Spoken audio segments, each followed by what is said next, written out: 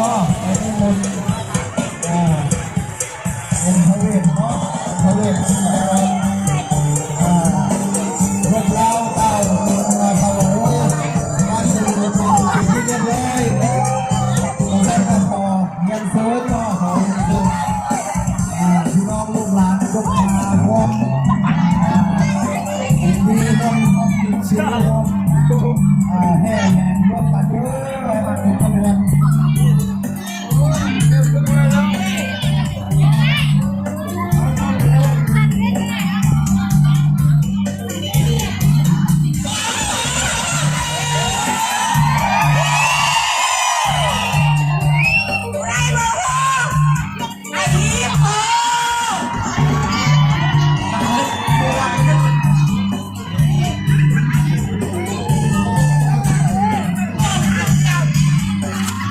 ปัจจุบันนี้ความเร็วแต่ก็อยู่แล้วเนาะเอาหัวบ้านเลยนะครับผู้ใดจะเฮอะไรหัวเยอะ